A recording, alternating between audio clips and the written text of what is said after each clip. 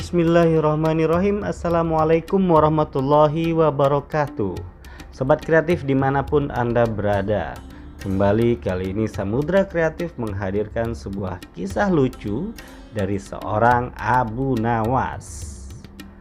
Namun sebelumnya kami minta dukungan Anda untuk subscribe channel kami Samudra Kreatif, like, komen, dan share, serta tekan tombol lonceng untuk mendapatkan notifikasi ketika kami mengupload video-video kami selanjutnya. Abu Nawas menghilangkan ruku dan sujud di dalam sholat. Sobat kreatif dimanapun Anda berada, kalau Al-Khansa dikenal sebagai penyair yang puitis dengan kata-katanya yang menggugah hati, maka penyair yang satu ini lebih dikenal dengan kecerdikannya dalam melontarkan kritik-kritik tetapi diselipkan sedikit humor. Ya, Abu Nawas namanya. Seorang tokoh sufi, filosof, sekaligus penyair. Abu Nawas yang bernama lengkap Abu Ali Al-Hasan bin Hani Al-Hakami hidup di zaman kekhalifahan Harun Ar-Rasyid di Baghdad pada tahun 806 sampai 814 Masehi. Sosoknya juga dikenal sebagai orang yang cerdik dan juga nyentrik. Abu Nawas lahir di kota Ahvaz di negeri Persia pada tahun 747 Masehi. Ayahnya bernama Hani Al-Hakam yang merupakan orang berdarah Arab dan seorang anggota Legiun Militer Marwan II. Sedangkan ibunya bernama Jalban yang berdarah Persia dan bekerja sebagai pencuci kain wol. Ya, di dalam tubuh Abu Nawas mengalir darah Arab dan Persia. Dari kisah Abu Nawas ada satu cerita humor yang cukup terkenal, yaitu ketika ia melarang sahabatnya untuk melakukan ruku dan sujud di dalam sholat.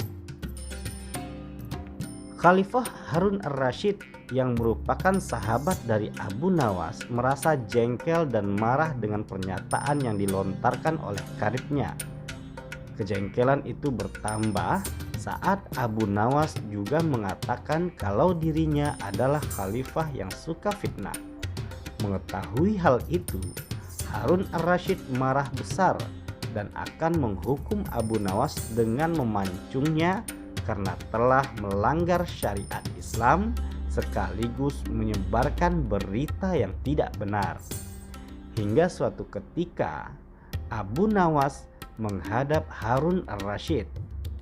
Dalam pertemuannya tersebut, Harun Ar-Rasyid bertanya dengan ketus kepada Abu Nawas, "Hai Abu Nawas, benarkah kamu berpendapat untuk tidak melakukan ruku dan sujud dalam sholat?" Dengan tenang, Abu Nawas menjawab, "Benar saudaraku." Mendengar jawaban yang diutarakan oleh Abu Nawas, Harun Ar-Rasyid semakin dibuat panas olehnya. Dia pun kembali bertanya, "Apakah benar bahwa kamu berkata kepada masyarakat kalau aku adalah seorang khalifah yang suka fitnah?" Lalu Abu Nawas kembali menjawab, "Benar saudaraku." Mengetahui bahwa apa yang didengar oleh Harun Ar-Rasyid itu benar, membuatnya semakin marah dan murka kepada Abu Nawas. "Kamu pantas dihukum mati karena telah melanggar syariat Islam dan menyebarkan fitnah tentang khalifah," ujar Khalifah Harun Ar-Rasyid dengan suara tinggi. Bukan permohonan maaf, tapi Abu Nawas hanya menanggapi santai seraya tersenyum kepada sahabatnya, yaitu Khalifah Harun Ar-Rasyid. Lalu Abu Nawas berkata, "Saudaraku, aku memang tidak menolak bahwa telah mengeluarkan dua pendapat tadi. Tapi sepertinya kabar yang kamu dengar tidak lengkap.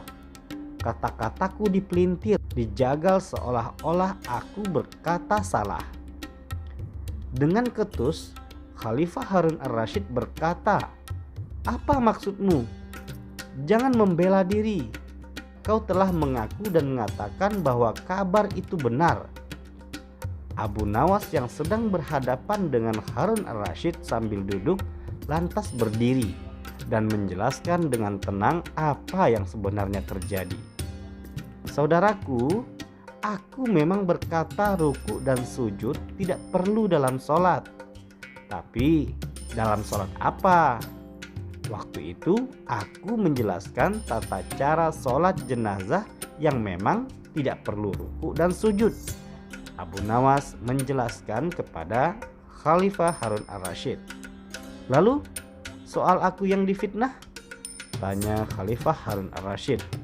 "Kalau itu aku sedang menjelaskan tafsir surat Al-Anfal ayat 28 yang berbunyi, 'Ketahuilah bahwa kekayaan dan anak-anakmu hanyalah ujian bagimu. Sebagai seorang khalifah dan seorang ayah,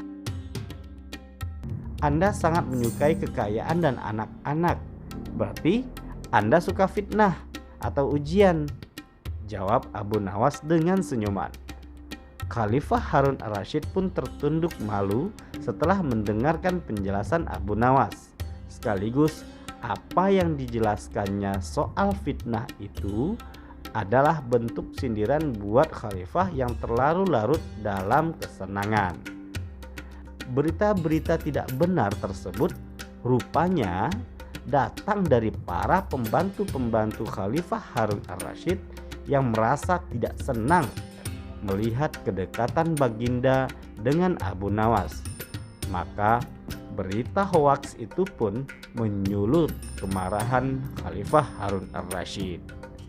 Begitulah salah satu cerita tentang penyair yang bisa membungkus suatu sindiran dan dibumbui sedikit humor, serta memasukkan unsur-unsur agama Islam di dalamnya.